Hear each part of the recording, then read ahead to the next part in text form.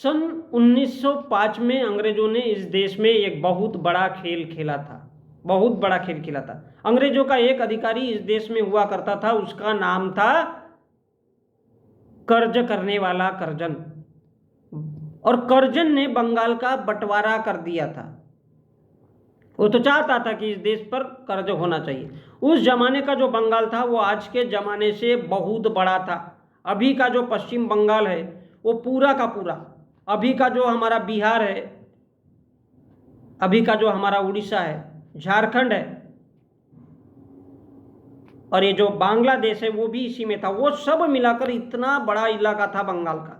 और भारत के ऊपर जो छोटे छोटे 7 प्रदेश है भारत के ऊपर, पूर्व में आसाम, नागालैंड, मिजोरम, मणिपुर, त्रिपुरा वगैरह वगैरह, इनको मिलाकर के पूरा बंगाल था। और उस बंगाल को अंग्रेजों ने 2 टुकड़ों में बांटा, पूर्वी बंगाल और पश्चिमी बंगाल। और ये जो बंटवारा था ये हिंदू और मुसलमान के आधार पर अंग्रेजों ने किया था कि बोले हिंदू अलग रहने चाहिए और मुसलमान। तो जहां मुसलमान थे उसको पूर्वी पाकिस्तान समझ करके अलग देश बना दिया था। पूर्वी बंगाल अंग्रेजों ने मुसलमानों को दे दिया, इसलिए बोले पूरे मुसलमान ही रह लो।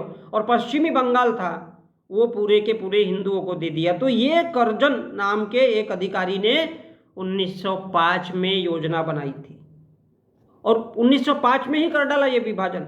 यानी संप्रदाय के आधार पे, धर्म के आधार पर भारत के 2 टुकड़े 1905 में कर्जन ने किया था।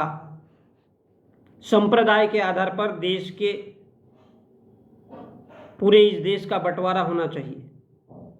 और इसकी शुरुआत 1905 में अंग्रेजों ने की थी कि धर्म के आधार पर इस देश का बंटवारा होना चाहिए, संप्रदाय के आधार पर इस देश का बंटवारा होना चाहिए।